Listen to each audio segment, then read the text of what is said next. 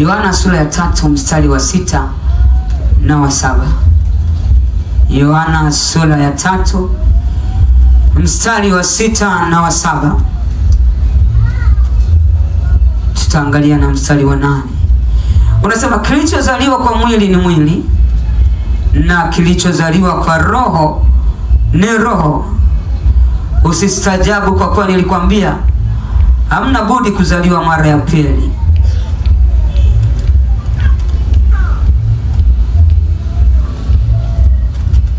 Mstari wa 8. Upendo uvuma upendako. Upendo uvuma upendako. Nataka tuishie hapo. Upepo uvuma upendako. Upepo uvuma upendako. Haleluya. Amen. Nataka siku ya leo nikupeleke kwenye namna ambayo you should understand, au unatakiwa kujielewa wewe kama mtu aliyezaliwa kwa mara ya pili. Kuna kuzaliwa kwa mara ya kwanza ambaye ni mama yako na baba yako wamekuzaa, na hiyo tunaita tu natural birth. Amen. Amen. Kwamba umezaliwa katika mwili.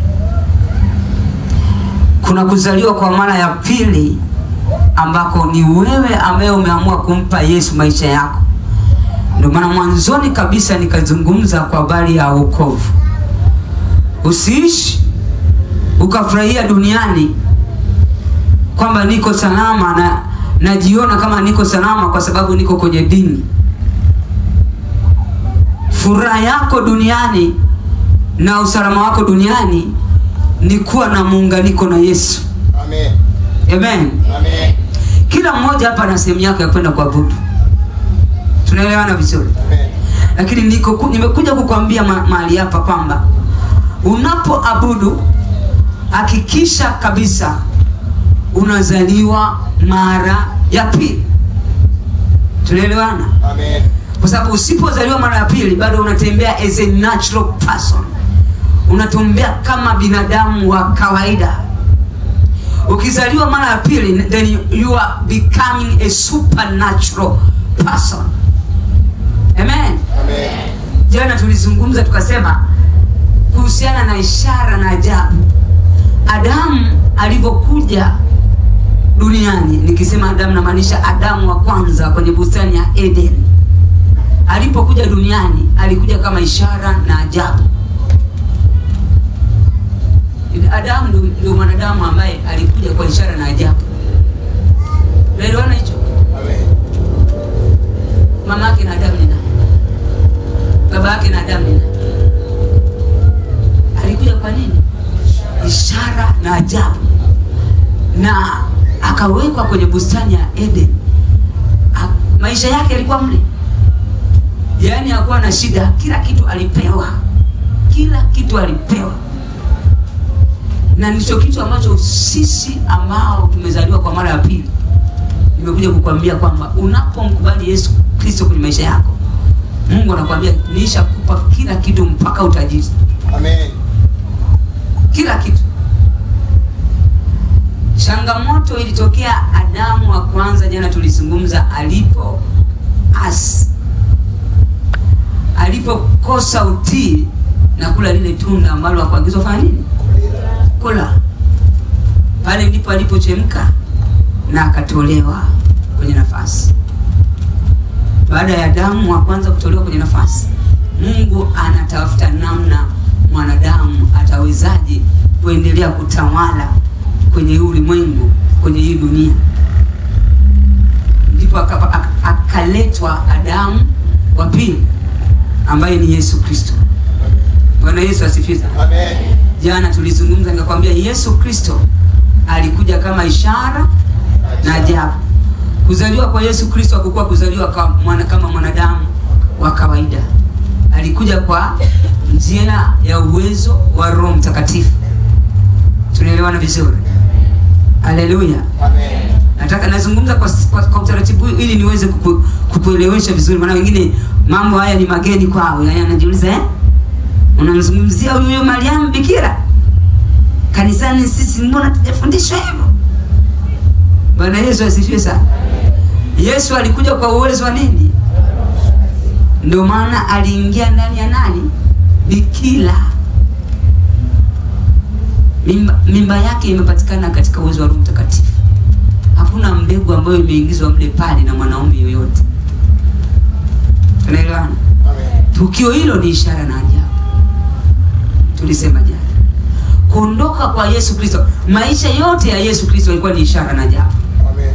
Ukisoma Biblia, jifunze, nendeni mmoja mnapenda kusoma. Soma unapomtamani kumjua Yesu Kristo. Take your time with Injili. Umesikia? Soma Injili sana. Unapokuwa unakomana sasa, yaani mimi mbona Yesu simuelewi, mbona Yesu simuelewi? Anza na Injili, komana Injili hapa. Nenda anza Mathayo, nenda Luka, nenda Marko, rudi Yohana, rudi tena Mathayo. Nenda, nikimaanisha hivyo maana yake jipe muda pia wa kusoma vitabu vingine, lakini Injili iko mali. Hapo utamfunua Yesu atakaye kusaidia kujua mwanzo, atakaye kusaidia kujua kutoka, atakaye kusaidia kujua vitabu vingine vyote kwenye neno la Mungu. Amen. Tunapambana kumtafuta Yesu, atuelewe hata vitabu vya Injili vinazungumza kitu gani.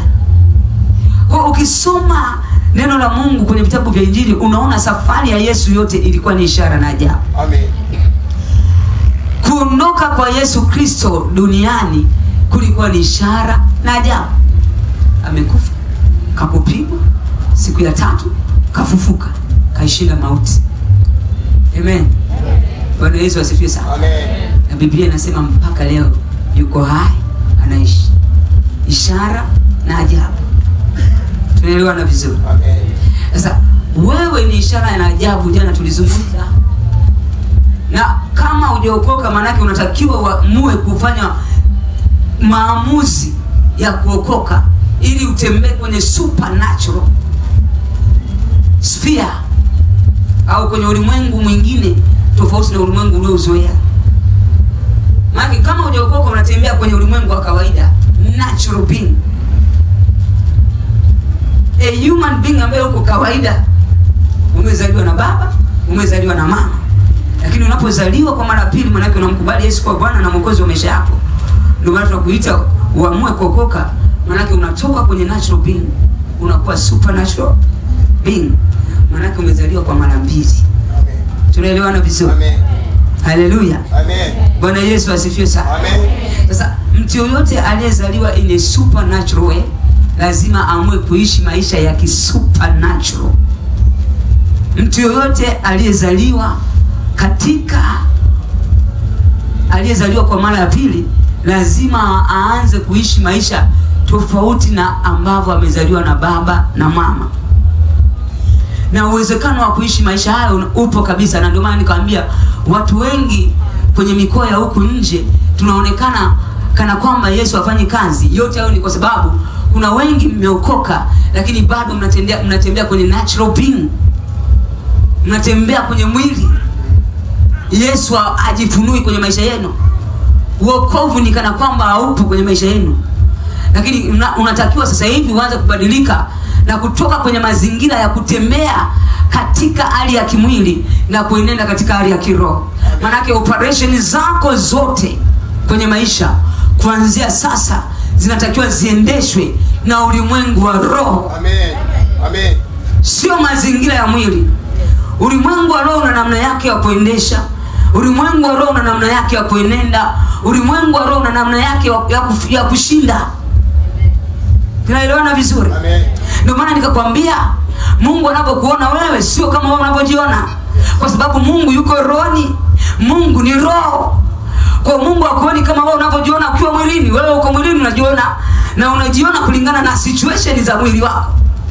Unajiona kulingana na mazingira ya kwako. Lakini ukienda rohoni, when you go deep with God, Mungu akuonyeshi mambo ambayo sio ya kawaida. Mungu atakuonyesha ukweli unaohusiana na wewe ambao ni ukuu. Amen. Amen. Amen. Amen. Mimi wakati sijajijua, sielewi chochote kuhusiana na habari za maisha yangu. Kipindi hicho hata sijaokoka, najiona tu mtu wa kawaida. Tena na madini yangu na ndoto zangu, na mimi baba siku moja nitaenda wapi, siku moja nitatoboa, maisha yataenda vipi na maisha yataenda vile na nini. Lakini siku ambayo nilipookoka nikaanza kutafuta kujua kuna nini ndani ya wokovu. Nilipookoka mara nyingi huwa nashuhudia hichi kitu na naona nazungumza. Mungu alinikataza nisitoke ndani kwa muda mrefu.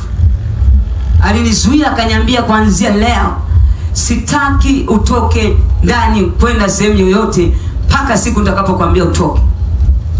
Nilikaa ndani, Mungu alikuwa ananihamishia mazingira, ananitoa kwenye natural being ananipeleka kwenye supernatural.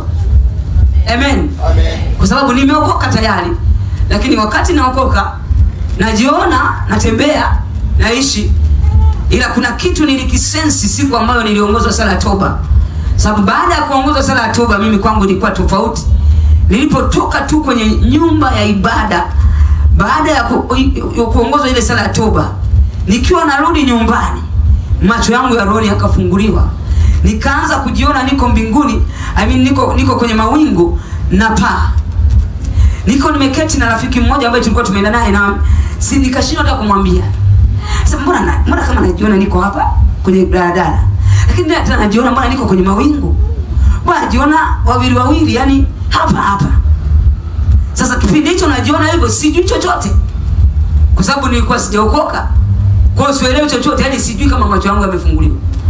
Sielewi, yani naona kama tukio mpaka haeleweki. Mbona najiona huko, tena najiona hapa. Mbona amen, mpaka nikafika wapi?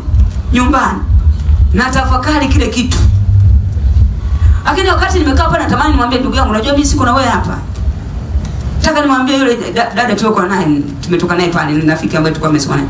Natamani nimwambie kwamba unajua mimi najiona kama siko na nyinyi hapa. Naona mko watu, ila mimi najiona kama siko na nyinyi. Mimi najiona niko sehemu nyingine. Ila nikasema anaweza kanicheka. Akasema umechanganyikiwa. Niliporudi nyumbani, moyo wangu umegeuzwa. Nasikia moto tu.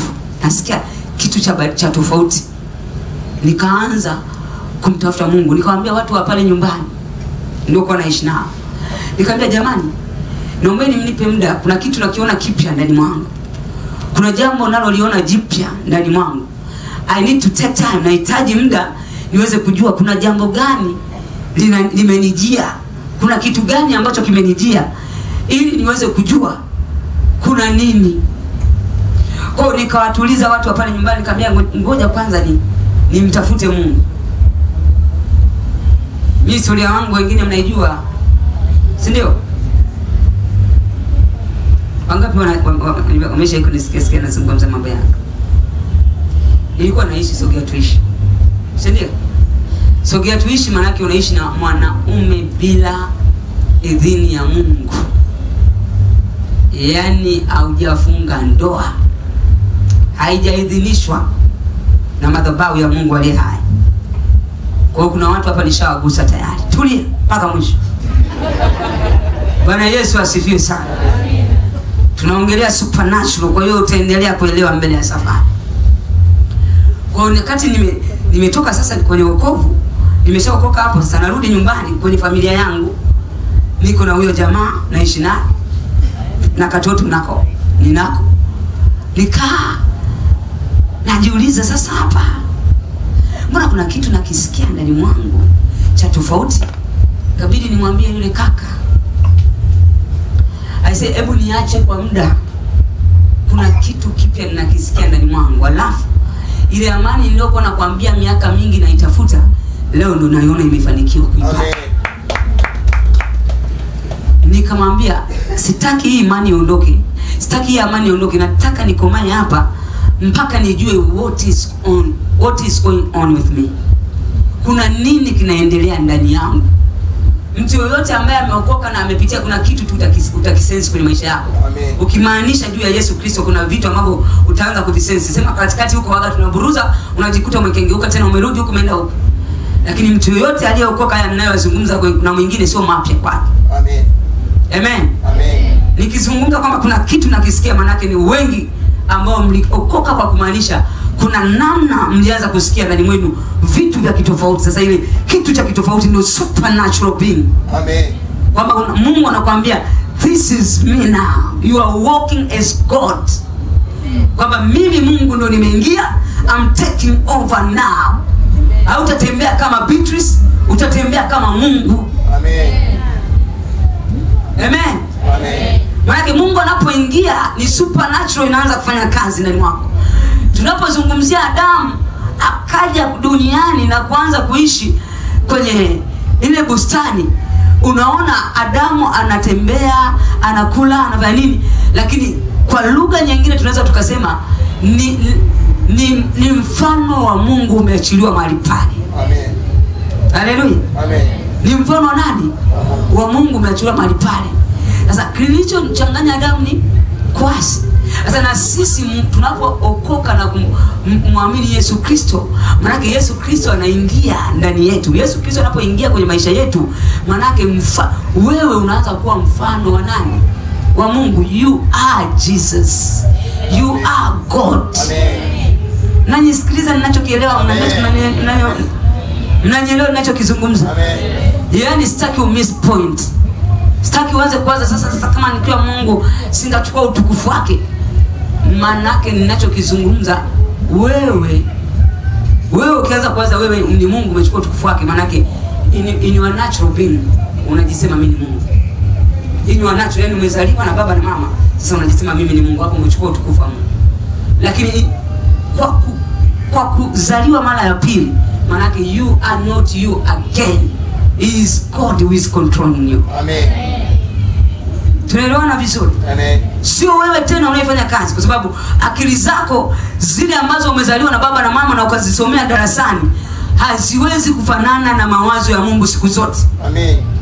Kwa tunapomruhusu Mungu aweze kuingilia kati maisha yetu, ndio unaanza kuona mtu mwingine anakuambia, huyu jamaa kumuona mtu kama huyu. Mungu amefanya kitu gani kwa mtu huyu? Huyu ameamua kukaa na kutambua kwamba I'm not a normal being. I am a supernatural being. Amen. I am a new birth, a born again. Amen. Amen. Amen. Sasa sisi tunasema jamaa genius, sio genius, ni supernatural power of God. Amen. Amen. Ni nini? Supernatural, nguvu ya Mungu ndio inayotenda kazi. Sasa wewe unaanza kusema tu jamaa genius, you have also a supernatural power. Kama umeokoka kwa mara pili na wewe unao uwezo wa kufanya mambo makubwa kama hao unaowatazama akifanya mambo makubwa. Amen. Umezaliwa kwa staili hiyo. Umewekwa kwa namna hiyo. Umeumbwa kwa namna hiyo. Kwamba Mungu amekutaka uzaliwe kwa mara ya pili ili yeye kazi zake ziweze kuonekana ndani yako. Mungu ni roho. Kwa hiyo sisi kwa sababu ya miili tulionayo, Mungu hawezi kushuka na kufanya kazi kwa sababu ni roho. Anaitumia miili ya kwetu hii kuweza kuoperate ndani yetu, na ili aoperate lazima tumwamini Yesu Kristo ili yeye aingie na operate. Amen. Haleluya. Amen. Bwana Yesu asifiwe sana. Amen. Kwa hiyo unapokaa katika mazingira ya kawaida, miaka nenda miaka rudi, hakuna ishara wala ajabu yoyote ambayo umeifanya, Mungu anakushangaa. Anasema how comes huyo anajiita Mungu? I comes anasema na Yesu. Maana yupo anasema na mimi na Yesu, maana yake you are God. Sio kama ananielewa nikizungumza kitu kama hicho. Amen. Ukisema una Yesu ndani wako, maana yake Yesu yuko, ndiye anayefanya kazi, ndiye anayekupa kuzaa, ndiye anayekupa kukuinua, ndiye anayekukuinua wewe. Sasa Mungu anakushangaa, kwa nini unasema una Yesu alafu hakuna chochote? Tunaelewana vizuri? Amen. A new birth, a new born again. Neno la Mungu linazungumza hapa kwamba sio hauenendi.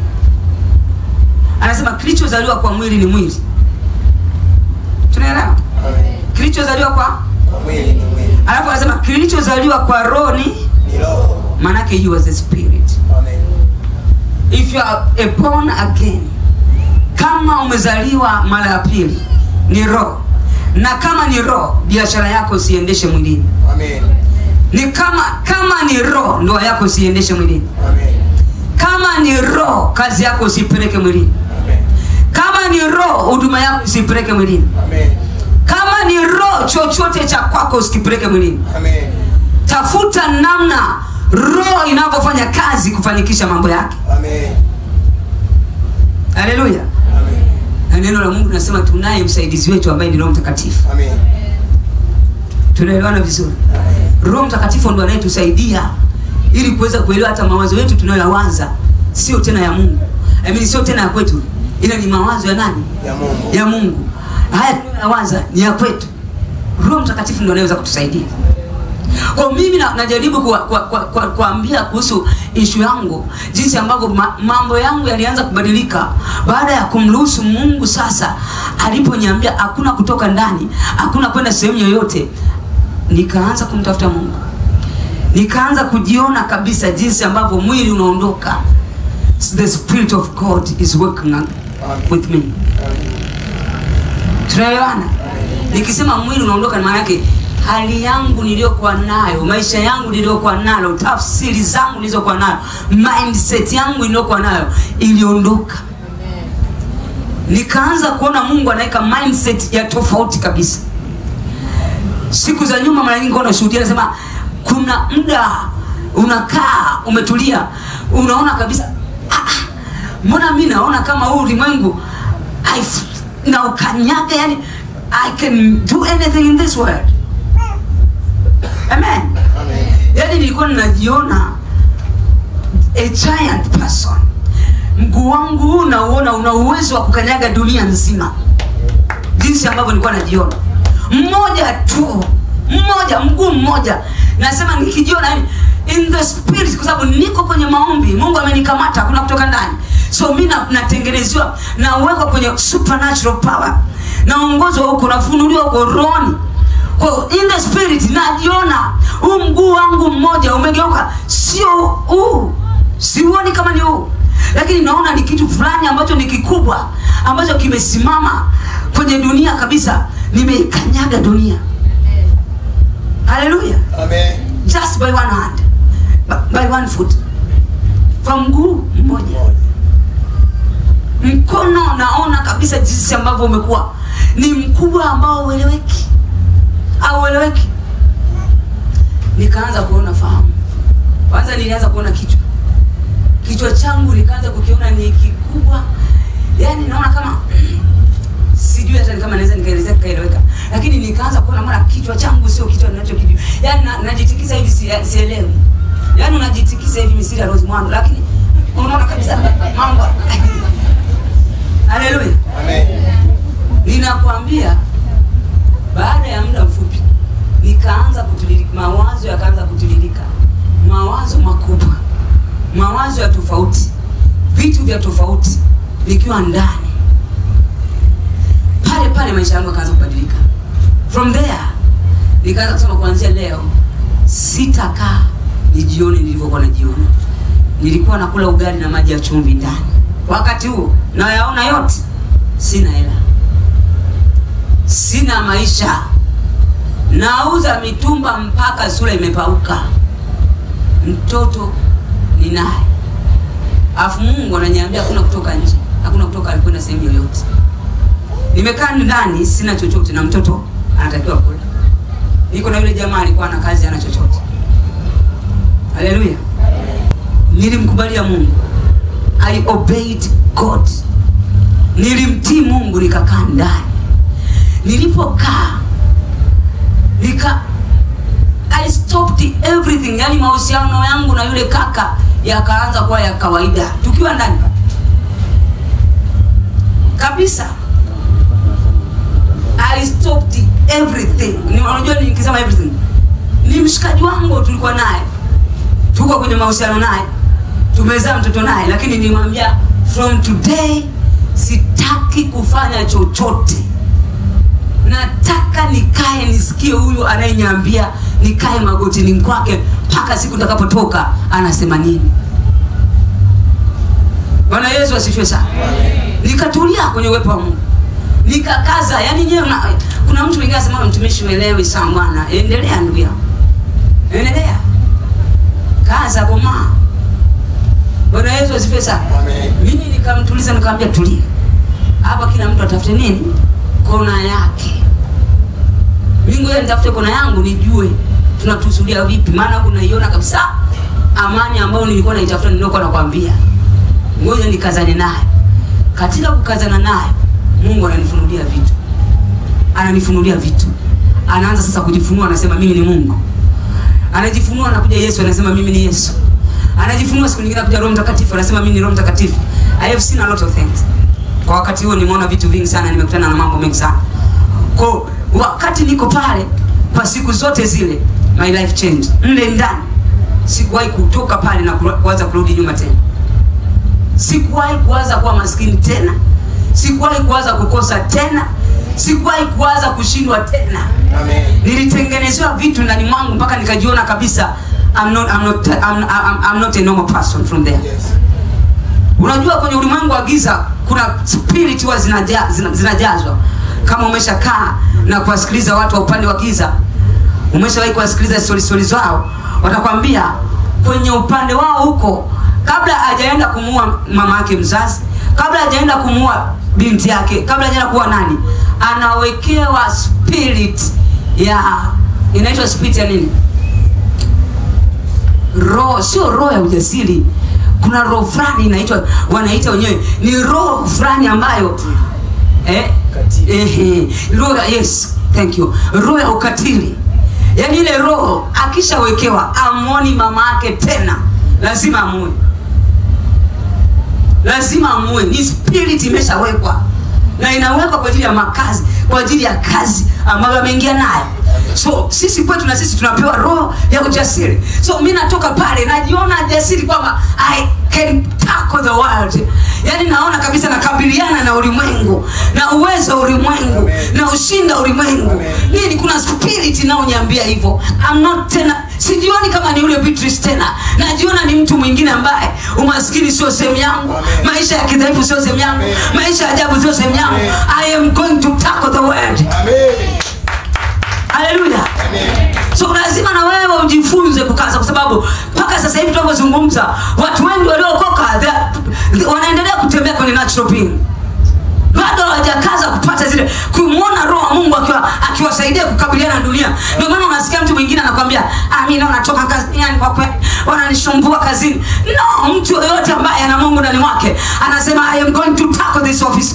Ninakabiliana na hiyo ofisi. Haijalishi ni ngumu kiasi gani, ninakabiliana nayo. Yesu wangu hajawahi kushindwa. Yesu wangu anayo nguvu. Yesu wangu anayo mamlaka. Hakuna wa kunizuia. Natembea kwenye hiyo ofisi na hakuna wa kunipangua. Atakayenipangua mimi anapanguliwa yeye. Atakayeniangusha mimi anaangushwa yeye. Atakayeniharibia mimi anaharibiwa yeye. Mimi napita, mimi napenya, mimi naingia, mimi ni mkuu, mimi ni kichwa, mimi ni mshindi. Rika sata barakata. Haleluya. Wengi tuko kwenye makanisa, wengi tuko tunasema tumeokoka, lakini akija mambo ya ajabu, mimi jamani, nimeacha watumishi, mwekeni mwanangu kwenye maombi, niwekeni mwanangu kwenye maombi. Come on, no. Unajua kabisa kwa sasa hivi hichi kitu nakiweza. Hili jambo sio la kumpelekea mtumishi wa Mungu. Aya, kwani Yesu wangu yuko wapi? Lazima nisimame na mimi. Ninaomba kwa ajili ya mtoto wangu. Mtoto wangu anasimama tena. Mtoto wangu anainuka tena. Mafua unampigia simu mtumishi wa Mungu. Mtoto anaomba mafua unampigia simu mtumishi wa Mungu. Lini utakuwa? Manake hali yako ya kiroho iko chini sana. Ukiona unampigia mtumishi wa Mungu, mtoto wako anaomba mafua, ofisini likitokea dude la kutokea linakushinda. Kwenye biashara, huu ni ulimwengu mwingine. Hili ni soko lingine. Hili ni marketplace nyingine. Ili uweze kufiti kwenye marketplace, kwenye soko lolote ambalo Mungu amekuweka, lazima ujiseme hapana, hii siendi nayo kimwili. Hii lazima niamue kwenda rohoni. Roho inasema nini? Neno la Mungu linasema nini kuhusiana na kuweza kutawala?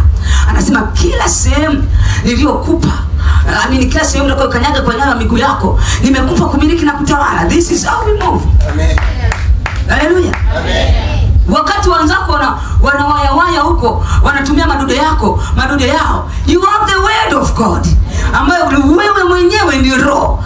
Kwa mamlaka uliopewa, lile neno la Mungu linazaa ya kwamba pale utapomiliki na kupatawala. Hakuna kiumbe kingine kitakachoweza kumiliki. Vua viatu vyako, pita ofisini. Vua viatu vyako, pita kwenye hiyo biashara. Vua viatu vyako, pita kwenye mkoa wa Mara. Wakuone mjinga ni sawa, wakuone ueleweki ni sawa. Hatuelewezi kuelewana kama we are supernatural. Hatuwezi kueleweka kwenye mwili. Hakuna mtu anaweza kutuelewa. Mtu yoyote wa mwilini hawezi kutuelewa. Ndio maana kuna vitu tukifanya wanasema unaona ameanza uchawi. Sio uchawi. Neno la Mungu linasema nyayo yako itakapokanyaga, maana yake lazima uvue na ikanyaga nyayo, na kanyaga ardhi kwa nyayo. So hata ukiniona mchawi sasa hivi, ukiniona sereki sasa hivi, gaya yatajulikana mbele ya safari. Tukutane tu mbinguni. Usimisi mbinguni sije kusema, "Usiniona mwananga na kanyaga jamani." Kumbe alikuwa alogi, nilikuwa namsingizia. Amina. Haleluya. Amen. Neno la Mungu hili lina vitu vingi. Lina vitu vingi ambavyo ukianza kuvifanya unaweza kukuita mchawi. Kuna signs and wonders ambazo Yesu alikuwa anafanya kwa lugha ya kawaida. Ukimwona sema huyu jamaa mchawi. Anatimaje mate kwenye udongo na paka mtu jicho na pona. Usini uchawi. Leo hizi kule kwa mtume mate tumpa. Haya. Kwanza leo umepona. Kesho unatujaa ni filmasi. Tunaona kabisa. Wanatema chini mate. Hallelujah. Amen. Lazima tuamke. Yes. Don't fear things. Acheni kuogopa vitu. Amen. Acheni hofu ya vitu. Amen. Ndio maana tunakaa maisha yetu yale yale. Mazingira ni yale yale. Lakini hakuna mtu mwingine mpaka Mungu akakuamini kukuleta mara. Mpaka Mungu amekuamini kuishi hapa. Mpaka Mungu amekuamini kuzaliwa hapa. Maana yake kuna kitu Mungu amekitengeneza ndani yako ili uweze kutokea katika sehemu hii. Ukufanya Mungu aweze kujulikana.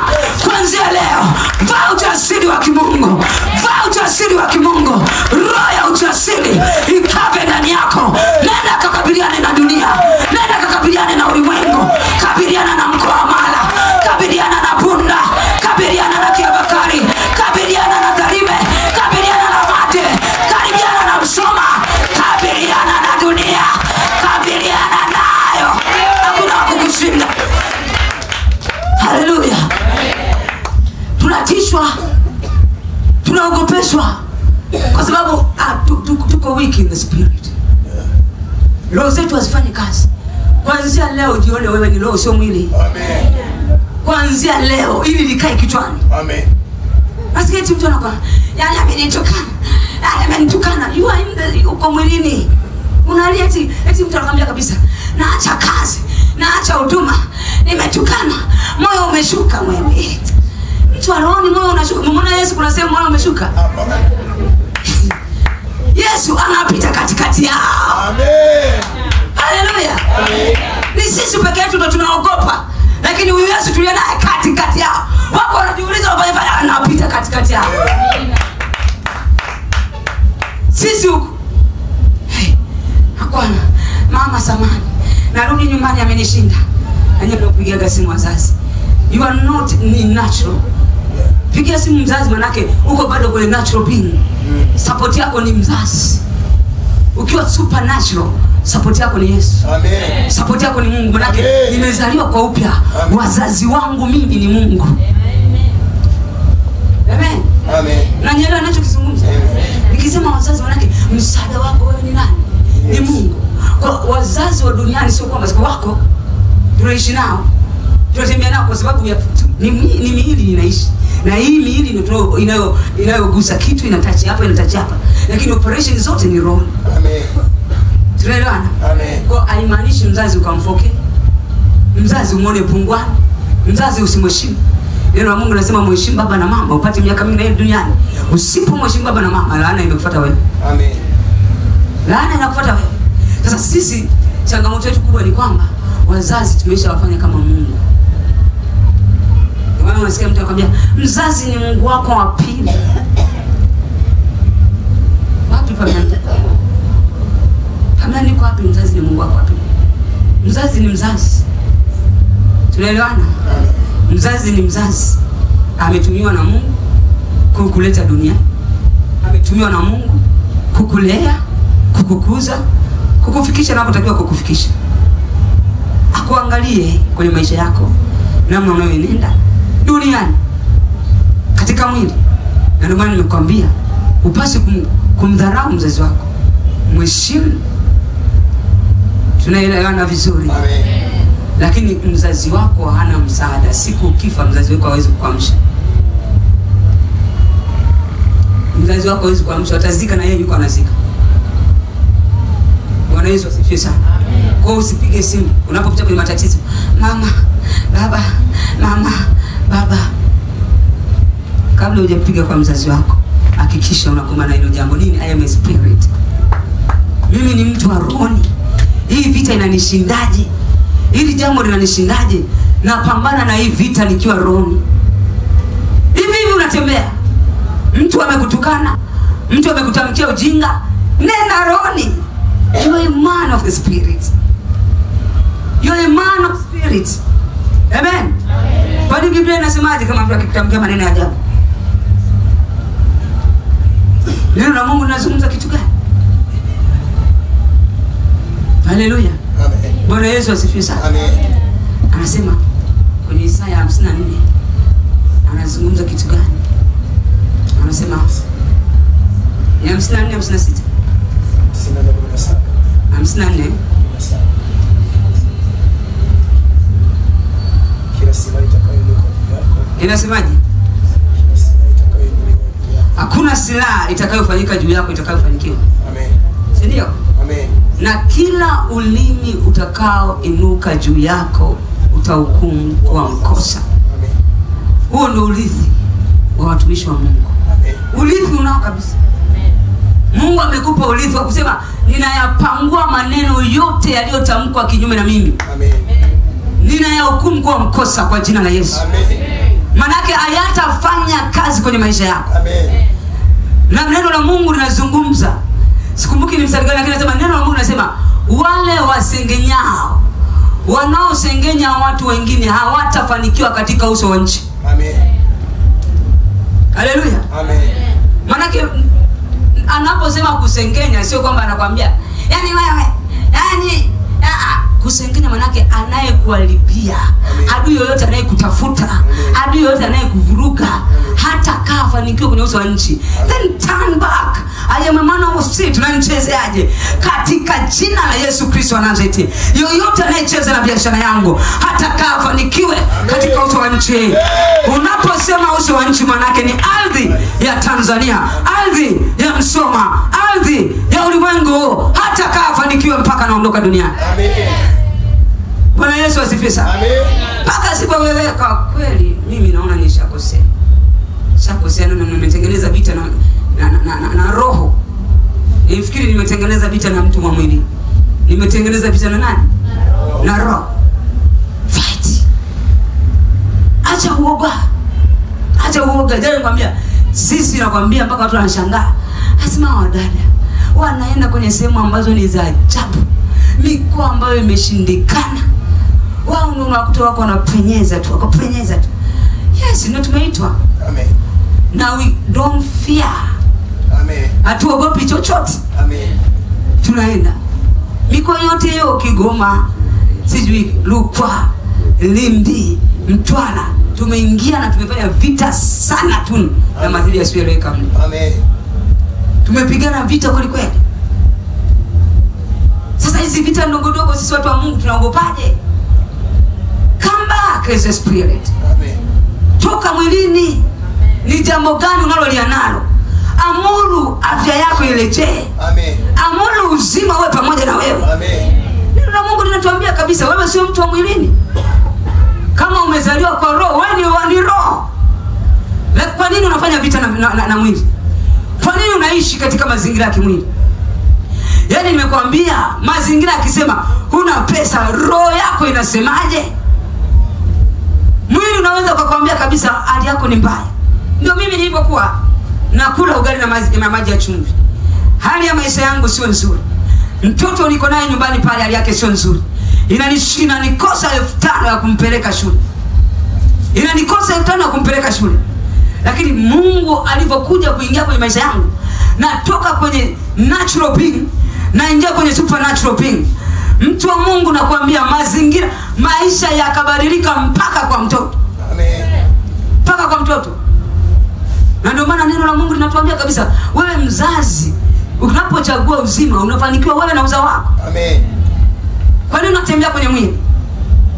Acha maisha kushosho. Yaani unajua sisi tunatembea yani mtu anakuja hapa, aonekane ameongoza na ibada, aonekane sina yeye amefanya nini, aonekane ameimba, aonekane amehubiri. Achana na maisha kutaka kusema na mimi leo nimeonekana nimehubiri. No. Yes.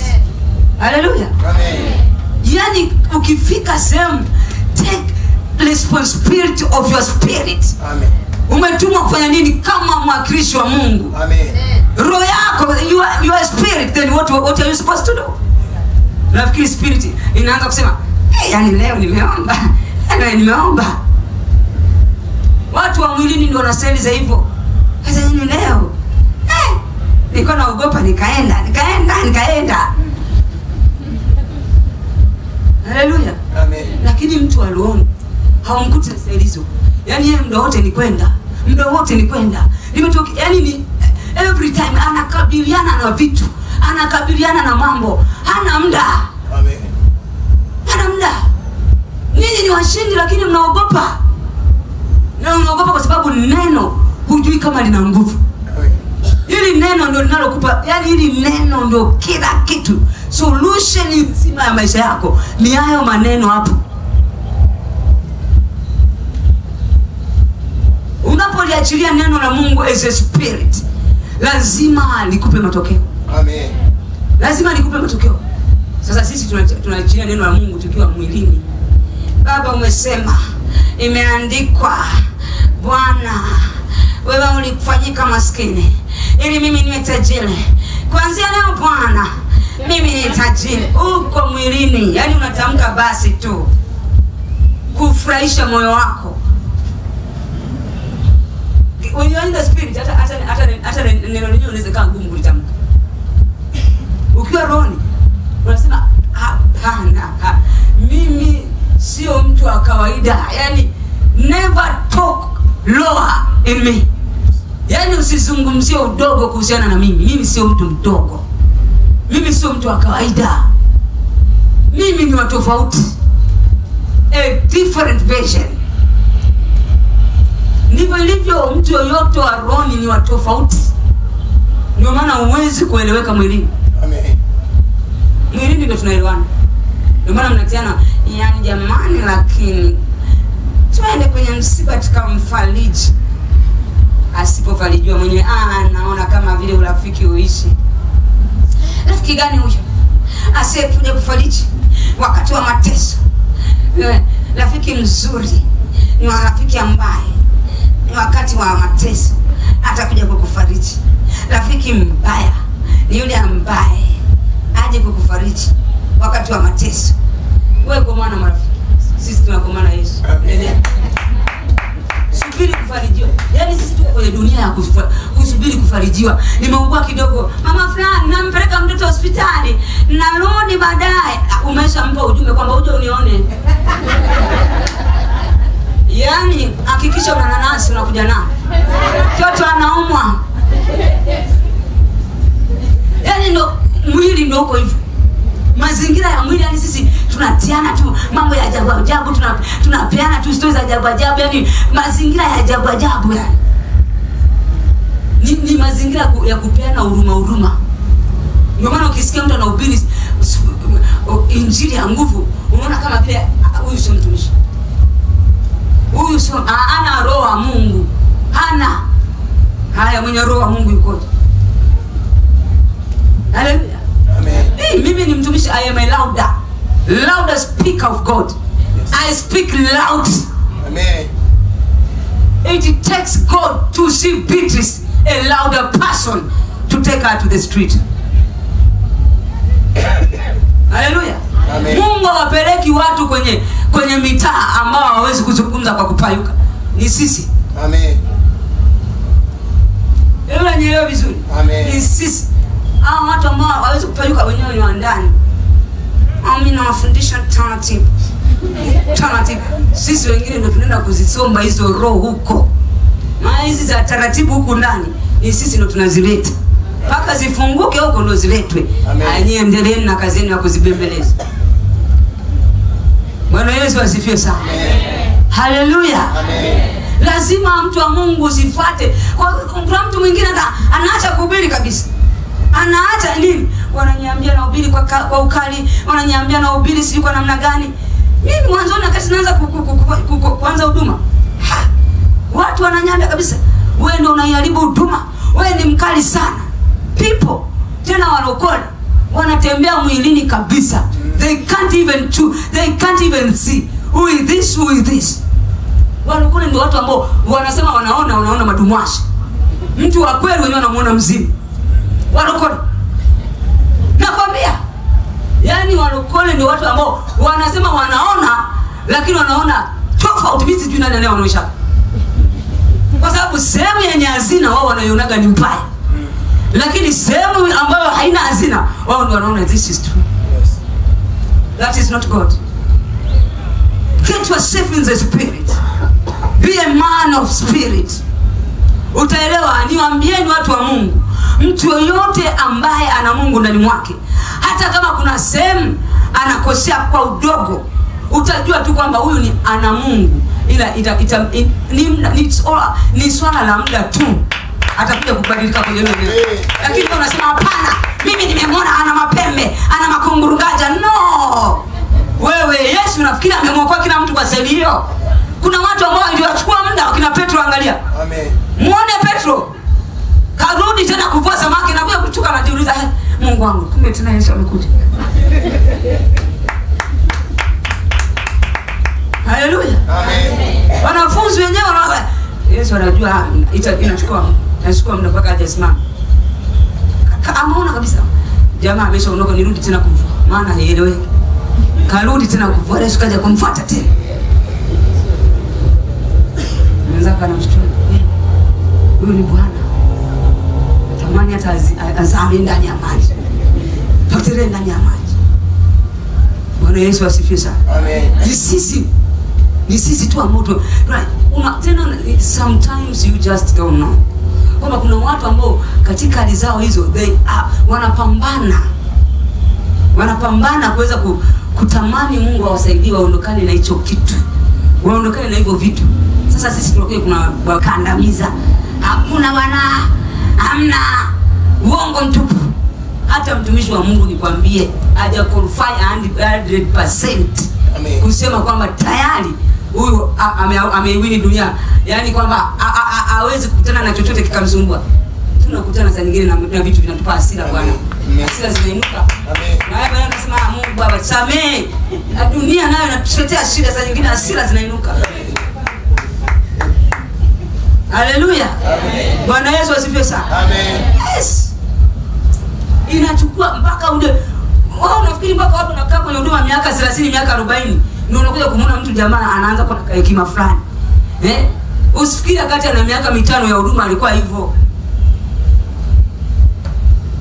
Wewe umetoka kwenye heka huko duniani. Sasa Mungu amekutengeneza hapa anakuambia haya nenda. Kuna tu vitu unaona kabisa kama bado. Maana kabisa bado. Nyinyi wenyewe mmeokoka, wengine mna miaka 20 kwenye wokovu. Lakini hali zenu ziangalie. Angalia hali zenu, wengine ndio kabisa. Yaani nyinyi wengine ndio mshajihalalisha uzizi pasi. Mimi Mungu nimeshakuomba lakini Mungu nimeshakuomba nani? Sio kama natamani lakini Bwana. Bwana Yesu asifiwe sana. Lakini nikizungumza hivi simaanishi you enjoy doing that. Hapana, mimi nazungumzia kwa mtu ambaye unajua kabisa. Yaani sisi akili zetu tunawashusha chini watu ambao unaona kabisa wanapaswa kuinuliwa. Wanapaswa kufunguka. Amen. Kwenye taifa. Angalia Tanzania yetu hii. Angalia Tanzania yetu. Hata watumishi wa Mungu sisi tunapigana mawe kwa mawe. Yaani ndio ujue tuko kwenye hali mbaya. Ujue tuko kwenye hatari. Watumishi wa Mungu mnapigana mawe. Unamwona yeye amenuka, unaponda. Unaponda huyo. Unaponda huyu na kama tokea. Yaani hao siku hizi wanatokea tu masela. Hawaeleweki. Haleluya. Amen. Kwa nini usimwombe msela aache usela? Kwa nini can't you take your time? You are a spirit. Sio mwili. Mwili ndio utakao rusha mapogo. Lo. Atasimama amwombee, asema lakini huyu ana kitu. Amen. Huyu tutakiwa hii ni hazina tutakiwa kuipoteza. Amen. Wacha tuombe mpaka asimame. Amen. Lakini angalia sisi. Ndio maana nakwambia we need to realize what is the meaning of spirit. Nini maana ya kuwa roho? Haleluya. Amen. Bwana Yesu asifiwe sana. Kuna kitu kinaingia watu wa Mungu. Haya yote ninayozungumza atakusaidia kubadilisha matokeo kwenye kila unachokihitaji siku ya leo. Amen. Jambo lolote unalolihitaji kuanzia sasa hivi anza toka mwilini. Jana nilikwambia dada, nikamwambia duka lako wewe nenda pale, tamka wateja unaowataka, usitamke ukiwa mwilini. Amen. Tunawavuta wateja rohoni. Amen. Amen. Amen. Tunawavuta wateja wapi? Rohoni. Tunawavuta watu kutoka wapi? Rohoni. Biblia inasema utajiri wa mataifa utawasilishwa kwako. Amen. Na wafalme watakufuata. Amen. Isaya. Haleluya. Amen. Sasa hebu niambie watu wa Mungu, wewe utajiri wa mataifa umeshawasilishwa kwako? Bado. Wafalme watakufuata? Bwana. Wanaokufuata ni wakina nani? Rafiki yako mkali chips. Mnafuatana na marafiki ambao mnaenda kula chips, maisha ya kawaida, mnaenda kwenye vikoba, mnatengeneza sare ya madela. Yaani ndio marafiki eti ndio amefuatwa sasa na watu wake hao. You need to change. Be a spirit. Tunapoona watu wanasema unaona watu mfalme achaguliwi. Amen. Unanisikia? Amen. Yaani Biblia inaposema wafalme watakufuata, awe ameokoka awe hajaokoka, ataleta hazina. Amen. Yesu nyota yake ilikuwa kali, mamajusi wanakuja kutoka pande za mbali huko kulitafuta nyota yake. Na hawajaja mikono mitupu. Amen. Wamekuja na hazina mane na nini wanaleta kwa Yesu. Akiwa mtoto mdogo, subutu wewe mdogo, mtu mzima. Haleluya. Amen. Manake atuelewe, ndio anakuambia Yesu anatembea kwenye ishara na maajabu. Toka anaingia anazaliwa mpaka anaondoka. Angalia sisi spirit zetu zinatuletea nini? Hazina gani unapokea? Mimi nimekuambia chini, huu sio muda wa kukaa kupotezana muda na marafiki. Rafiki yangu ananipenda, amekupa nini? Amekupa nini? People we just talk around, tunaongea, mahusiano sio lazima tuanze kupotezana muda. Tunafikiri chips na kama saa 6 wakati wewe ulisali moja masaa mawili ungetengeneza hatima yako, ungeweka hatima yako, ungevuta wafalme kutoka sehemu mbalimbali. Neno la Mungu tunakutaka ufanye hivyo. Huko kwa nani pale unakula chips. Tukimaliza tu tukapita mbisa juice tunywe na juice. Yaani wewe ni juice tukula tu. Ukimaliza tu mwenyewe. Yaani watumishi jamani. Yaani hali yangu ni mbaya. Naona nanenepea, utaacha kunenepea.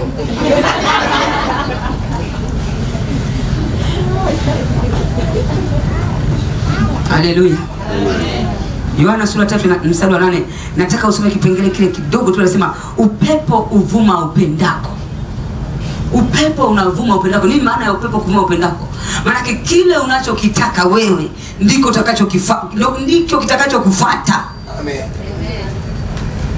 Kile unachokitaka ndicho kitakachokufuata. Amen.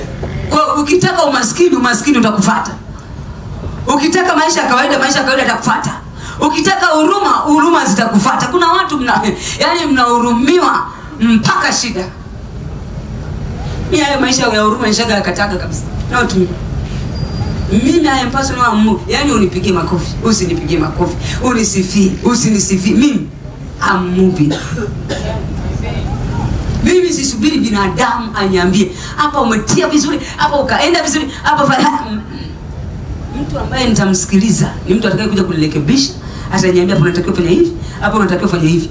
Lakini sijui yani nimefanya vivyo taka kunitia moyo. Dunia ndio inasema hivyo. Jamani tupeane awards za kutiana moyo. Mwanamke wa shoka. Msoma na nyinyi mnaanzisha mwanamke wa shoka. Mwanamke gala. Tunatiana moyo. Toka mmepeana hizo zawadi za mwanamke wa shoka ya kwapi mmeyafanya? Mmefanya vitu gani? Mnaenda kupata sare za vitenge. Simbai pesa sana sare za maana tujue kama ni wanawake wa shoka. Vitenge vya 20, 30. Havitutishi. Hatututishi. Those are Nigerians. Nenda kule kwa Nigeria. Yani wana matukio yao. Na ni matukio ya maana na mengine matukio ya kimungu. Na wafanyakazi unakuta wafanya biashara waliokoka wakifanya kama wanaandaa awards. Ni awards au za maana, maisha ya maana, vitu vya maana. Sisi kitenge siku mbili kimepauka unarudisha mtoto wa dada wa kazi nyumbani. Bwana Yesu asifiwe sana. Amen. Kuna kitu ambacho unakipata mtu wa Mungu. Amen. Upepo unavuma unakopenda. Sasa wewe ni kitu gani ambacho unakiona kwenye maisha yako? Ni jambo gani ambalo unaliona kwenye maisha yako? Mimi nikiwa bado niko Mungu amenyambia nisitoke ndani. Nilimwambia Mungu tena kabla ya hapo, kabla sijaokoka, nilimwambia Mungu, huyu mtoto wangu ninayekaa naye, mtoto wangu unaishi naye, hata soma shule ya kawaida na hata soma shule chini ya mimi nilizosoma. Shule atakazosoma ni juu ya mimi nilizosoma. Yaani aanzie shule ambayo nimelipwa. Mimi nililipiwa ada na mzazi wangu. Na ada ya mzazi wangu alikuwa analipia ilikuwa ni ya juu tu. Nikamwambia Mungu, mwanangu alipiwe ada ya juu zaidi ya mimi. Ndio huo nazungumza, sina hata sina. Haleluya. Amen. Lakini sasa hivi Mungu anapompanyia maisha, sijui mimi mwenyewe nabaki na shangaa. Ni ishara na ajabu tu. Ni ishara na ajabu, lakini it's all about what I speak. Ni kile nilichokitamka, na siku zote mpaka leo nawaambia Mungu, kila nikizungumza, when it comes to our kids, watoto wetu, sisi hatuwatamki vitu vya ajabu. Lazima washine kuliko hasa. Amen. Amen. Yaani nilikomana Mungu hivyo, na nikamwambia kabisa, na ni mwangu na nashuhudia kwamba hata kuja kusoma kwenye shule ya kawaida. Na ninakwambia wakati huo sina sehemu ninayoona Yesu. Huyo mtoto namsemea vile, tunakula naye ugali na maji ya chumvi. Muda huo mazingira hayakupi kabisa kuiona kwamba atakuja kusoma shule ya maana. Lakini mimi nilikataa mazingira. Nilikataa mazingira, nikasema no way. Lazima atasoma shule nzuri. Ni muda mfupi tu. Ni kama miezi au mwaka, Mungu akampeleka kwenye level nyingine. Kampandisha kwenye level nyingine. Hakuna namna ambayo utaweza kusaidiwa kwenye hii dunia kwa binadamu kukusaidia. It is all about God, and for God it is for you to be a spirit. Amen. Ni Mungu akusaidie ili wewe uweze kuelewa kwamba kumbe haya maisha Bwana, mimi ninatumia nguvu sana. Napambana sana. Kwa sisi kuna vitu ambavyo kuna muda hatujaviona, lakini sisi tunavitamkia tu. Tunavitamkia huku. Tunavitamkia huku. Tunavitamkia huku. Nini? Tunajua lazima siku itafika vitakuwa tu. Amen. Tamka katika mji huu. Unapopita barabarani, zungumza, mimi ili eneo utakuja kwa la kwa. Saa nyingine pita kama mtu usieleweka. Jamaa unatafuta nini? Natembea tu. Poteza na. Nakuja huko mjini kuangalia mazingira. Kaa nyumbani nako shida tu ndugu yangu. Si unajua? Kwa tunaangalia tu mazingira, lakini kumbe unaelewa unachokifanya. Baba, katika jina la Yesu. Ndani kwa ndani tunaomba Baba. Katika jina la Yesu Kristo wa Nazareti. Neno lako limesema Bwana, katika marefu na mapana umetupa kutawala na kumiliki. Ninamiliki marefu ya eneo hili na mapana ya eneo hili. Nila kwangu nalikamata kwenye ulimwengu wa roho, nalikamata. Msoma kuanzia leo itanitii. Msoma kuanzia leo itanisikiliza. Mara kuanzia leo inanisikiliza. Wewe ulimweka mtumishi wako Daudi, kila alipopita ulitangulia na kuweka utiisho mbele yake. Ndivyo nitakavyopita kwenye kila mkoa nitakapoenda, kwenye kila taifa nitakapoenda. Watu watanisikiliza, watu wataniheshimu, watu watanithamini, watu watanipa vyao katika jina la Yesu. Pita. Amen. Amen. Yaani jamani, wenzetu wamebarikiwa jamani, sisi Mungu katuacha wapi? Mungu amekuacha kuna gani? Kwani unafikiri? Unafikiri kuna sehemu Mungu kakuacha? Wewe ndio uelewi. Yaani ni wewe ambaye uelewi kwamba I am a spirit, I need to command things to happen. Natakiwa niamuru vitu vitokee. Haleluya. Amen. Wewe umepewa mamlaka ya kuamuru mambo. Hayo mamlaka unayo. Nguvu ya kuamuru vitu iko kwako. Amen. Lakini angalia sisi tunapokuwa. Wakorintho sura ya 15 mstari wa 45 mpaka 49. Anasema ndivyo ilivyoandikwa, mtu wa kwanza Adamu akawa nafsi iliyo hai. Adamu wa mwisho ni roho yenye kuisha. Umesikia? Amen. Anasema Adamu wa mwisho ni roho yenye kuisha. Maana yake chochote kilichokufa kwenye maisha yako kinaisha. As a born again person. Maana yake ni mtu ambaye umeamua kuzaliwa kwa mara ya pili. spirit being. Ukitembea kama spirit manake unatembea kama uisho. Ndio maana tunasema roho ya uamsho. Uamsho manake nini? Kinaamsha kilicholala. Kinauishwa kilichokuwa kimekufa. Amen. Kilichokuwa kifanyi kazi kinauishwa. Amen. Anasema Adamu wa mwisho ni nini? Ni roho yenye Uisha. Ni roho yenye Uisha. manake you are that. Wewe ni roho yenye nini? Wewe ni roho yenye nini? Uisha. Ulipozaliwa mara ya pili manake ni Yesu Kristo ameingia ndani mwako. Kuanzia leo wewe ni nani? Roho yenye kuisha. Manake tamkia biashara yako kuanzia leo sitatembea kama mfu, biashara yangu ninaiuisha. Amen. Cha kwangu chochote kilichopotea ninakuiuisha. Amen. Ndoto yangu ninauisha. Amen. Hatima yangu ninauisha. Amen. Haya mambo unatakiwa uyatamke mara kwa mara by faith. Kwa imani mpaka uone jambo limezaliwa.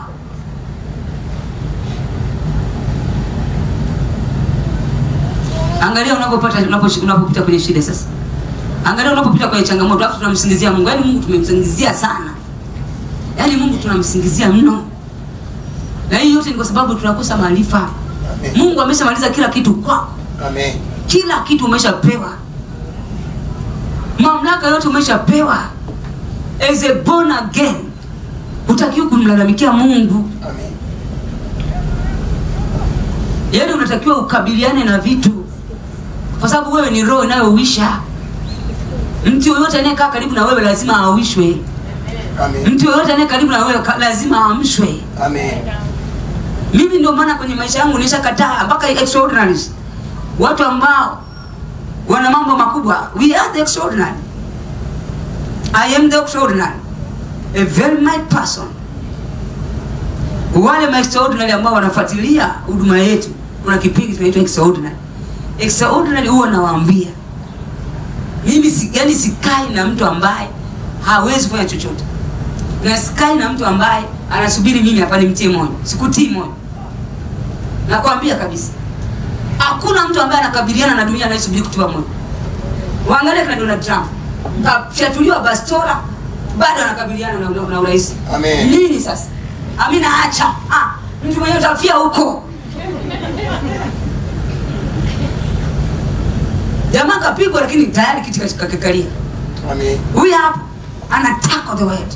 Sisi kidogo tu. Na kuna wengine yani ni mateko wamepitiza.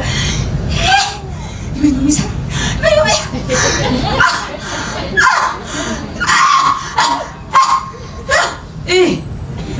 Mimi haipi taiwezi. Ipi. Yani tuna vitu nakwambia kabisa ndio maana kakaogondoka amejigonga tu kidogo. Nimeumia. Yaani hakuna chochote utakachoweza kukiweza kama utakuwa ni mtu wa kudunia tu kiasi hicho. Mimi ndio maisha yangu yalikuwa ya zamani. Wakati niko naelewa na wazazi, ndio nilikuwa hivyo. Yaani mimi mzazi kidogo tu matikiti maji, juisi, nyama, sijui nini, supu asubuhi masupu, sijui nini. Yaani na mwili wangu ulikuwa hauku. Yaani aunenepi. Kwa mzazi kile sipo jamani huyu sijui nini. Mtu ana namna gani tunamlisha. Anapambana ili wao wenyewe kwa sababu ni wanene. Vitambe vimesogea mbele. Maisha hivi. Sasa watoto wao tuko hivi. Kwa nini kama wao wanajilisha wao watoto wa hawalishi. Kwa tunaletea vyakula lete hivi lete hivi lete hivi. Mimi mwenyewe. Kwa hiyo tukajikuta ni watu wa style hiyo. Mimi tunafika kuna wakati nilifika na kataa ugali. Ugali wa dona staki. Mezani leta ugali wa sembe tena kwa wakati maalum. Nikisema wakati maalum maana yake sio kila siku unamtulisha ugali wa sembe. Leta chakula yani nikijisikia leo nile hiki, leo nile hiki, leo nile hiki. Ndugu yangu niliposema hapana, ngoja niondoke nyumbani nikakabiliane na dunia.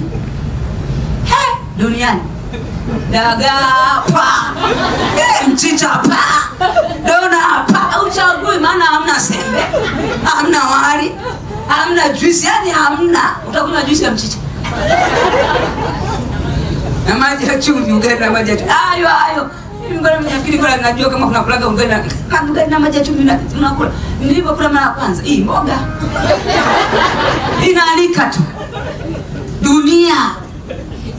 Lakini ukikaa nyumbani, mimi ndio maana kesho tunawafukuza watu majumbani. Nyumbani tunadekezwa. Hamna mzazi ambaye anatamani akamwone mtoto wake anahangaika mtaani. Hamna. Lakini you have to. Miaka 30 uko nyumbani unategemea kesho na kesho kutwa uwe rais wa taifa lipi? Mtu ana miaka 30 bado yuko nyumbani na ana ndoto za kuwa kiongozi bora ajaye. Anakula ugali wa baba. Hajawahi kukabiliana na dunia. Ukiwa nyumbani hakuna kinachokushinda. Kila kitu, sabuni ya kuogea baba analeta. Mafuta baba analeta. Nguo mpaka boxer unaletwa na baba. Wadada unaletwa na mama. Kila kitu. Ukiumia kidogo hospitali, unapelekwa na gari la baba. Pikipiki ya baba. Basikeli atakupeleka naye. Wewe hujui chochote kuhusiana na dunia. Ondoka huko ukamtafute Mungu juu. Kabiliana na dunia uelewe. Haleluya. Wangapi wanakaa nyumbani hapo? Nyosha mkono, unatoka nyumbani kwa baba na mama. Na wengine mmekuja hapa na baba na mama. Mnaogopa. Nisikilize wewe ambaye unakaa nyumbani kwa baba na mama. Ondoka. Ondoka, you are a spirit being. You can create things. Wewe ni roho ambaye unaweza kuumba maisha yako. Una uwezo wa kutengeneza maisha yako. Ondoka. Ondoka kakabiliane na dunia. Vyovyote inapokuja, nimekwambia nenda rohoni utashinda. Amen. Usikabiliane na dunia ukiwa mwilini. Nenda rohoni utashinda. Amen. Hakuna pesa inayokuja kwenye maisha yako kwa msaada wa duniani hivi ikakufanikisha. Pesa yoyote inayokuja kwa msaada wa Mungu ndio inaweza kuwa na maana kwenye maisha yako na itatumika kwa namna ambayo wewe mwenyewe unajishangaa. Amen. Umeona, unashangaa kuna watu mishahara wanapata haijawahi kujenga nyumba mpaka wanastaafu. Mpaka wanastaafu. Walking in a normal being. Walking in a natural being. Hakuna kitu. Tunashindwa kukaa kwenye nafasi za maana maofisini, tumewachia wengine. Watu wengine ndio wanasafiri kwenda kuwakilisha ofisi. Sisi wa Kristo tumekaa ndani. Tunasema wakati wa Bwana mimi sipendi vita. Hapana. Ikifika wakati wa Bwana nitakaa. Kama ni ya kwangu ni ya kwangu. Wewe. Hii dunia sio ya kama ni ya kwangu ni ya kwangu. Hii dunia ni kwambia ni kwamba you become in the spirit and you take the place. Amen. Ni wewe mwenyewe unasema kuanzia leo ninaichukua hii nafasi. Amen. Ile department, I am the head of department on this office. Ni wewe. Ni wewe ndio unayatengeneza maisha yako. Na anza kufanya hivyo uone kama hautafika. Anza kufanya hivyo kama hautafika. Niliwafundisha Kiswahili na nikamwambia kuna maneno ambayo Mungu alishawahi kuzungumza na nyinyi kwenye maisha yenu. Mungu anawaambia kabisa wewe ni mtu wa ajabu. Kuna watu hapa Mungu anakuambia kabisa wewe ni mtu wa ajabu. Na mnakaa unafika tu unaenda kuambia watu kwenye kikoba. Samahani jamani, wakati mkimaliza nani wa mwisho atakaye rejesho wa mwisho na katukio nataka niseme. Anamaliza warejesho. Samahani, hivi mtu Mungu akikwambia wewe ni wa ajabu ndio maana yake nini? Unaenda kuambia watu kwenye vikoba. Haleluya. Amen. Atakwambia amekwambia saa ngapi? Proof. Watakwambia proof. Saa ngapi amekwambia? Kwa namna gani? Nini? Unaenda kuzungumza mambo ya Mungu kwa watu wa mwilini. You are a supernatural being. Roho inayoisha. Tunaelewana vizuri? Wewe kama roho ambayo inaoisha, hacha kuwa tu unazungumza vitu ambavyo Mungu amekwambia kwenye maisha yako mbele za watu. Watu hawakuelewi. Leta matokeo. Watu watakuelewa kwenye matokeo. Ukiwaambia hii kitu, yani usione hivi. Hii kitu Mungu aliniambia mimi 95, 98 nikatamia ndio leo inatokea hapa. Kwa hiyo sio jambo jipya kwenye macho yangu. Hichi ni kitu Mungu alishazungumza mimi 95. Wakati ule ningewaambia msingenyelewa, ila sasa hivi ndio naelewa. Sasa kuna mtu mwingine anaanza kufunguka. Kumbe na mimi Mungu aliniambia tukile mwaka gani? Kumbe na mimi nianze sasa hivi kufanyia kazi. Kumbe kitatokea. Haleluya. Amen. Mungu nakwambia kabisa kwenye ndoto mnaota ndoto aina, yani hakuna ndoto unayoota isiyokuwa na maana kwenye maisha, isiyokuwa haina maana kwenye maisha. Kila ndoto unayoyota, it is all about your life. Amen. Ndoto sio mazingira ya mwili, ndoto haiji kwenye mwili. Ndoto ni kitu cha rohoni. Sio, unanielewa vizuri? Hizo ni taarifa unazozipata katika mazingira ya kiroho. Ukiwa umelala, una hili wala lile, ndio unashangaa unapewa taarifa. Hujui chochote. Yaani ndoto sio kama kwingine hapa, unatembea, unaanza kuambia jamani, naona ndoto, yani naota. Mbona naona kama nakimbia? Ukiwa umelala, maana yake ni sio kitu cha mwilini. Ni kitu cha kwenye ulimwengu nini? Wa roho. So, mambo hayo unayoyaona kwenye ulimwengu wa roho ni halisi. Ndio maana unasikia kuna mtu anambia, yani nimeiona mauti. Nimeona kila sana wako kwenye jeneza. Kila sana wako kwenye jeneza. Ni uhalisia. Usiposhughulika wanakuzika. Na nisikia vizuri. Ni uhalisia, ni taarifa unaambiwa muda wowote kuna kitu ambacho kuna roho ya mauti na kufuatilia. Kwamba unakaribia, wanataka kukumaliza. Usiposhughulikia unakufa, au biashara yako inakufa, au vitu vyako vinakufa, mambo yako yanakufa. Shetani, Adam alipoasi, unafikiri alikufa mwilini? Adamu alipoasi alikufa rohoni. Amen. Maisha yake akawa na power tena kufanya chochote. Tunaelewana vizuri? Amen. Mambo yako kuanzia sasa hivi, yani kuanzia leo hii, tamani sana kuwa mtu wa roho. Unanisikia kule wa mama kule? Amina. Na nisikie vizuri. Amen. Kwa sababu kuna mtu mwingine anaona kama lugha nzito. Yani kuna wazee wengine wanakuja ni kama mbona anaongelea vitu sielewi. Yani mimi nataka aje aniguse niondoke. Lakini kuna wazee ambao wanaelewa vitu wanavyoongea. Amen. Be a spirit, utawasaidia mpaka uzao wako. Utawasaidia nyumba yako. Sasa kama wewe ni mtu ambaye unauisha, kwa nini unalia ofisini mtu anaposafiri? Kwa nini usisema hapana, na mimi kuanzia leo nafanya nini? Napambana nisafiri.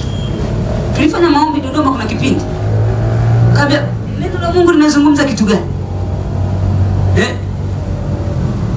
Baraka za Manase zimehamishwa zikapelekwa kwa Efraim. Na baraka za Efraim zikahamishwa zikapelekwa kwa nani? Kwa Manase. Manake kuna namna usipoelewa kwenye ulimwengu wa roho, baraka zako huwa zinahamishwa na ujue. Ndio maana nimekwambia be a spirit person. Unafanya kazi ofisini, nyota yako ishahamishwa siku nyingi. Sisi kwa tunaombea maombi ya watoto, tunaombea nyota za watoto. Kabla hivi mnafikiri kwa nini hawa waigizaji mambo ya siasa yakifika ndio wanachukuliwa advantage? Don't let people take advantage of your life. Siwaruhusu watu wachukue advantage. Yani nyinyi ndio when I speak this inamaanisha nini mtumishi kwa Kiswahili? Wewe watu hawatumie. Usiruhusu watu hawatumie kwenye maisha yenu. Kuna watu wenyewe kazi yao ni kuwatumia. Unaona waigizaji? Na waulize, mnaona waigizaji? Sasa pale kwenye chama walienda fanya. Wanahusikaje? Nasikia tu na sisi tuna kadi, hauna cha kadi, haihusiani na kadi. Wale wakitoka pale wala hata sio kama ni wana moyo, useme timioni mwao kwamba wanachama, hamna kitu. Hamna. Na ile waliopewa sio kama ni kubwa, ndogo, wanatumiwa. Angalia nyota zao, ndio maana wanajiita star. Master, manake nyota inang'aa. Angalia nyota zao. Wanajulikana, lakini wanajulikana kwenye ujinga. Nakwambia, kwa nini wenyewe hawajachukua vile viti ambavyo wanaenda kuwasaidia wale watu pale? Kwa nini wao wako kwenye ubunge? Kwa nini wao hawajakaa kwenye viti vya maana? Lakini wako wanazunguka mtaa. Zunguka. Yes, mnaona unapiga tu picha pale, wanawapigia, tunapostiwa tu kwenye mtandao. Yaani ukiingia kwenye mtandao tunakutana tu na vima, hata kama ulikuwa una mpango, unakutana nazo zimezagaa tu. Manake people are using advantage, they are taking advantage of other people. Kwenye maombi ya watoto tuwafundisha kwambia kuna watu nyota zao zinachukuliwa, zinatumika, zinaenda sehemu nyingine. Na wengi wao ndio hao master wao. au nyota zao wengi zimechukuliwa, zinatumiwa na watu wengine. Mawaziri wengi mnaoona, viongozi wengi mnaoona wanatumia nyota za watu. Leo hii unajiona ueleweki, nyota yako inawezekana inatumia sehemu nyingine. Amen. Mambo mazito kama haya kuongea kwenye hadhara, ili kuna watu wanaogopa. Ni watoto wako sasa, ni mtoto wako anatumiwa. Unafikiri wazazi wanapenda sasa watoto wao wanapokuwa wanatafaka. Anaona mtoto wangu anaonekana anajulikana Tanzania nzima, lakini mbona haeleweki? Si mnaona maisha yao yalivyo? Angalia maisha yao yalivyo. Ni huku tuje mkiwa huku ndio unaona kama vile kule labda wanang'aa. Hamna. Yaani hakuna taifa ambalo mastaa wako chini kama Tanzania. Kule mastaa wanakuwa wako juu kwa sababu wenyewe wamejua ku take advantage kwenye ulimwengu wa giza. Amen. Ndio maana unaona mastaa wa kwenye wa duniani huko wakina Beyonce, sio wakina nani. Unaona wana maisha. Hawa huko hawana Mungu, hawana chochote, hawana lolote. Wako na ni mtandao tu. Na nyinyi mnaenda team. Yes, spirit person. Usio mda wa kutim. Toka umetim mpaka leo hii kuna kitu gani umekipata? Washa nyota yako na wewe. Amen. Washa nyota yako na wewe. Amen. Msoma iweze kuangazwa na wewe. Amen. Msoma iweze kupata nuru kutokea kwako. Amen. Neno la Mungu liko wazi. It's like a house on the hill that can never be hidden. Kama nyumba iliyo ndani ya juu ya kilima haiwezi kufichika. Ndivyo tulivyo wana wa Mungu. Ndivyo alivyo a spirit man. Mtu yoyote wa roho hafichiki popote. Amen. Ataonekana popote. Amen. Iwe ni ofisini, iwe ni sehemu yoyote. Kuanzia leo ukienda ofisini anza kukomaa. Baraka zangu zilipoibiwa popote na zirejesha. Amen. Baraka zangu zilipohamishwa popote narudisha. Amen. Yaani sasa hivi badilisha matokeo yako. Sema napindua matokeo yangu na yapindua. Amen. Chochote kilichobadilishwa na badilisha. Nageuza matokeo. Amen. Ya kwangu na yaje na yarudisha ya kwao. Wenye matokeo mabovu walionitupia mimi na yarudisha. Nyota yangu na ing'ae. Nyota yangu na irudisha na ing'ae. Na badilisha matokeo yangu. Na pindua matokeo yangu na yapindua. Haleluya. Amen. Kataa kwa hivyo. Mimi jamani, hali yangu ya maisha ni mbaya. Siku ya kesho tutaendelea kwa vizuri kabisa ili tuweze kwenda kwa upana. Watu ambao mnatembea yani mgonjwa, mara HIV, mara sijui nini, nini. No. Not for a spirit being. Not for a spirit being. Tuelewana vizuri? Amen. Kuna kitu ambacho umekipokea siku ya leo. Amen. Kuna jambo ambalo umelipokea siku ya leo. Sema kwa jina la Yesu. Kwa jina la Yesu. Kwa jina la Yesu. Kwa jina la Yesu. Kwa jina la Yesu. Kwa jina la Yesu. Kwa jina la Yesu. Kwa jina la Yesu. Mimi ni roho inayouisha. Nimezaliwa mara ya pili. Kwa mara ya pili. Kwa mamlaka ya jina la Yesu. Nakataa kutembea kama mfu. Nakataa maisha yangu kutembea kama mfu. Kwa jina la Yesu. Kwa jina la Yesu. Kwa jina la Yesu. Mimi ni roho inayoisha katika mkoa huu. Nitatembea na kuuisha maisha yangu, maisha ya watu, biashara yangu ninaiuisha, maisha yangu ninayauisha, kazi yangu ninayauisha, ikawe hai, maisha yangu yakawe hai. Nakataa